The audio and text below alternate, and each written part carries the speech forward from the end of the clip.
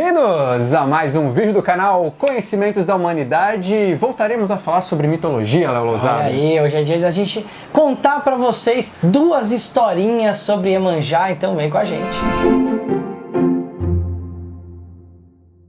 Léo, as histórias de hoje, elas não necessariamente são as mais populares, a que está escrito nos livros das regras, mas são contos. Muito bom. Muito bons, que mostram duas faces de Iemanjá. Olha aí. E lembrando, galera, que esses contos, eles fazem parte da construção de uma cultura em cima de um orixá. Então, mas isso não tem na cultura iorubá. Talvez não tenha, mas vamos lembrar que assim como a língua, a religião, as mitologias, elas são como um rio. Elas vão continuando a jorrar independente de você quiser ou não. Da tua vontade. Da sua vontade. Então, se você ficar preso a uma história, não, essa aqui é a história de Iemanjá, você infelizmente vai estar esterilizando as grandes mitologias, as grandes histórias e também as grandes religiões, como a gente conhece. A gente escolheu dois contos, né? Na verdade o Bruno escolheu dois contos aqui, muito bem escolhidos, como ele disse, para mostrar dois lados de Iemanjá, certo? É isso. O primeiro deles, Léo, fala sobre como Iemanjá teria se tornado a orixá representante, a rainha, a deusa, ou o nome que você quiser dar, ou a energia dos mares. Olha aí, que bacana. Então, senta que lá vem a história, certo? Senta que lá vem a história. Isso. O primeiro deles vai falar... Você ia falar alguma coisa? Não, vai lá. Não, eu ia falar que o primeiro deles vai falar sobre um rei dos mares. Ela ainda não era a rainha dos mares, certo? Isso. Então, vamos lá? Vamos lá. Iemanjá era uma pescadora que conseguia lidar com a natureza de uma forma muito fluida, não abusava, tratava bem, o que precisava para comer ela pegava, mas era uma pescadora. E existia um ser, a gente pode falar uma espécie de humano, aquelas criaturas encantadas, que até é um nome importante dentro da mitologia da crença, né? Criaturas encantadas, e esse ser em especial, ele tinha um reino embaixo d'água, a lá Atlantis, sabe assim? Atlântida da mitologia. Um Aquaman, um Namor ali. Isso. Entendi. Já sabemos da onde a DC e a Marvel copiou o Aquaman e o Namor. Eu não tenho dúvida. E aí um tal de um feiticeiro. Tinha um outro cara. Esse feiticeiro invejoso. Porque esse rei ele era muito poderoso, ele tinha muitas habilidades, ele era um cara que governava ali o reino dele com mão de ferro e mão de rei, né? Isso, ele tinha um reino sob seu domínio. Como encantado, ele tinha poderes. Mas veio um feiticeiro ali, querendo pegar os domínios todos pra ele, e transformou esse rei num peixe. Meio comunzão, assim. Amaldiçoou ele. Amaldiçoou. Te fechar uma maldição, vira aí um peixe, então ele virou um peixe e não podia mais assumir a forma humana, que era a forma com que ele se apresentava normalmente, né? Não, e nem conseguia direito nadar, vencer a maré, vencer as ondas, e foi aí que Iemanjá entrou em ação. Ela percebeu um peixinho ali meio indefeso, lutando contra as ondas ali e tal, falou, mas o que está acontecendo? E salvou das ondas, e esse peixe, falando com Iemanjá, convidou ela para ir no seu reino, para mostrar. Não, vem cá que eu tenho um negócio aqui. Essa parece muita história de pescador, né, gente? Eu salvei um peixe, ele trocou uma ideia comigo, me levou pro reino dele. E quando, com a ajuda de Iemanjá, ele conseguiu finalmente chegar no reino dele, ele concedeu, meio que ele conseguiu recobrar algumas das forças, poderes, e concedeu um poder para Iemanjá. O que você quer? E Iemanjá parou e pensou, eu gosto tanto dessa ideia dos mares, dos seres, eu tenho uma conexão.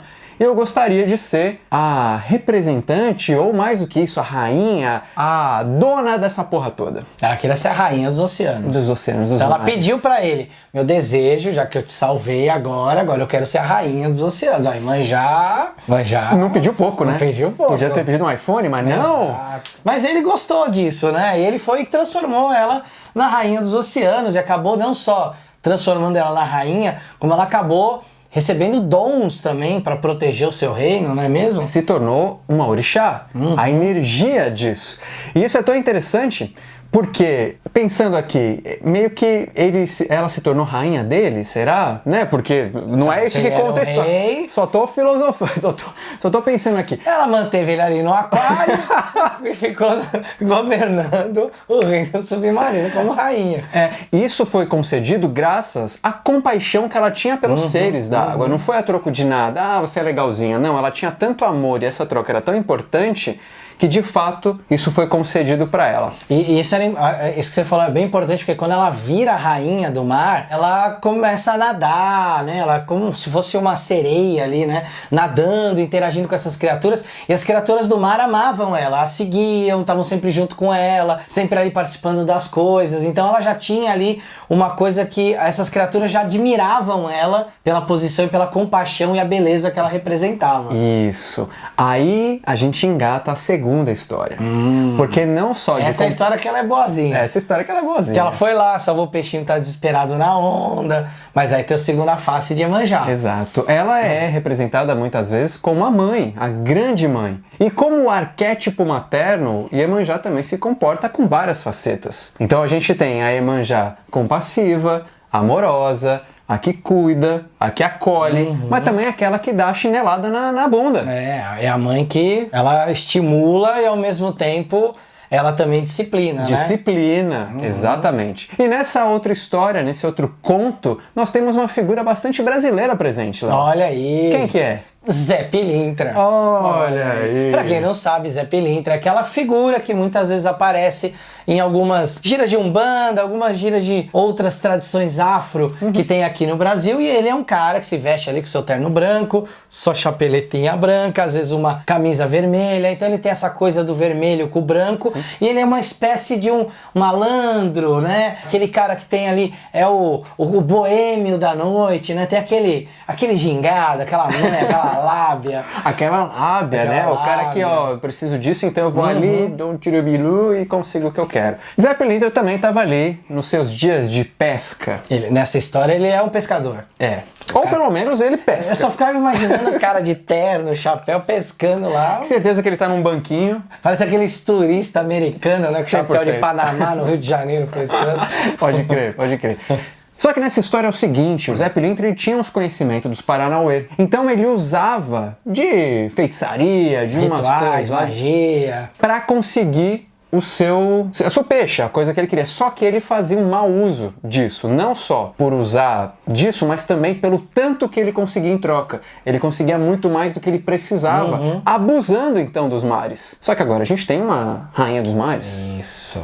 E aí ela fica... Que ama os peixes. E ela fica chateada, porque ela fala, tudo bem, eu entendo que você precisa tirar seu sustento daqui, mas você tá pegando muito mais do que é o necessário, e você, inclusive, fazendo isso, tá deixando os outros pescadores sem ter peixe para vender. Então, a quantidade que tem aqui é o suficiente para todo mundo. Se você pegar demais, você vai desequilibrar todo esse sistema. E aí ela, para proteger os seres marinhos e também os pescadores... O que ela fez? Ela ficou muito pé da vida com o Zé Pilintra, com esse egoísmo, com esse desrespeito dele, e ela decidiu então que ela ia dar uma lição para ele. Ela fez tudo que estava no alcance dela, como se fosse uma própria tempestade nos mares ali, ondas e coisas assim. A própria tempestade pode ter surgido. Yansan chegou lá e falou, vamos junto? Yansan dá uma força aí. O que você quer fazer? Eu quero sacanear um cara. Yansan, boa, bora. Vamos quero disciplinar um cara. Tá bom. Preciso dar uma disciplinada numa pessoa. É um homem, vamos lá.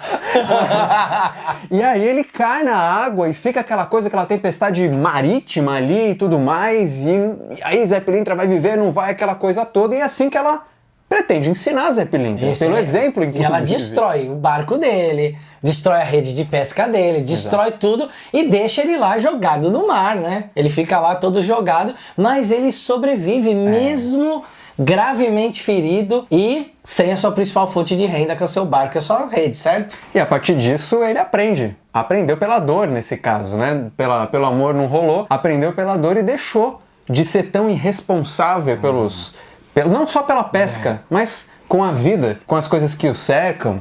Né? Não é porque você é malandro que você precisa ser desrespeitoso, por exemplo, ou causar uma desarmonia no seu contexto, no seu meio. E aí a gente vê, dentro desse entendimento de Iemanjá, que os pescadores olharam para Iemanjá e falaram, nossa, ela é nossa mãe protetora, ela é bondosa, ela é generosa, é protetora dos oceanos, ela traz harmonia para o ambiente do oceano. Mas eles também perceberam que se abusar, se for indisciplinado, ela vai trazer um aspecto de disciplina para você. Então é isso que a gente estava falando, né? Dentro dessa ideia desse arquétipo de grande mãe, dentro dessa ideia que a gente tem, por exemplo, na Kabbalah de Yesod também, onde ela ali seria uma das representações arquetípicas de Yesod, a função dela, por ser uma orixá que está no caminho do meio, é justamente a expansão e a restrição. Ela tem essas duas características, né? Exato, ela estimula os filhos a crescerem, o mar a crescer, a vida a proliferar, mas ao mesmo tempo ela tem o lado restritivo da disciplina, da imposição de limites, para que as coisas não se desarmonizem e se estraguem. Ela sabe, né? Se desarmonizar o oceano, a vida no planeta acaba, né? E isso também ajuda a gente, aquelas terceirizações. Ah, eu sou assim porque eu sou filha de Iemanjá, assim como. Dá uma analisada nisso. Você tá na moda agora, né? Não é? É. Não, mas é que eu sou assim mesmo, sou e tal. Então, presta atenção, porque essa energia, por que foi? Eu fiquei lembrando de uma galera que fica assim, eu sou muito briguento, devo ser filho de Ogum. Coitado, Ogum não tem nada a ver com a sua personalidade incontrolada, né? Com as suas frustrações. Eu sou muito mãezona, eu faço tudo por todo mundo, sou que nem Iemanjá. Não, você não é, porque Iemanjá tem um lado que dá uma disciplinada também, né? Exatamente. Então, a parte do nosso desafio aqui no Conhecimentos da Humanidade é trazer para você cada vez mais informação, para você também olhar para si e saber aonde que você tá só se justificando para continuar sendo do jeito que você é, ou então usando coisas como os contos, os mitos, as religiões para entender um pouco melhor e aprofundar em você, né? Não ficar só nessa coisa rasinha. E para quem não gosta de nada disso, só quer saber a história, fica aqui 2 histórias de Iemanjá, muito maneiro. Certo, Léo? Isso aí, muito bom. E de novo, galera, são 2 contos que se construíram em torno da figura da orixá Iemanjá. Como a gente tem aqui no Brasil vários contos contando histórias do Saci, por exemplo. Verdade. Isso não quer dizer que, é parte, não. Isso é o que constrói o folclore, constrói a cultura em torno daquela religião, daquele folclore, daquele costume, daquele povo. Então, permita-se ouvir boas histórias, certo? É isso. Deixa aqui nos comentários o que você achou, se você se identifica, inclusive, e se você quer mais de vídeo desse jeito, né? Se Vídeos você assim. se identifica com o feiticeiro invejoso, com o rei, vai manjar, ou com o Zé Com o Pilintra. golfinho que conversava com ele. Ela, não importa, tipo um Pequena Sereia ali com o Sebastião, não importa. O importante é você se reconhecer nesses aspectos da história, certo? É isso. Beijo no seu coração e até a próxima.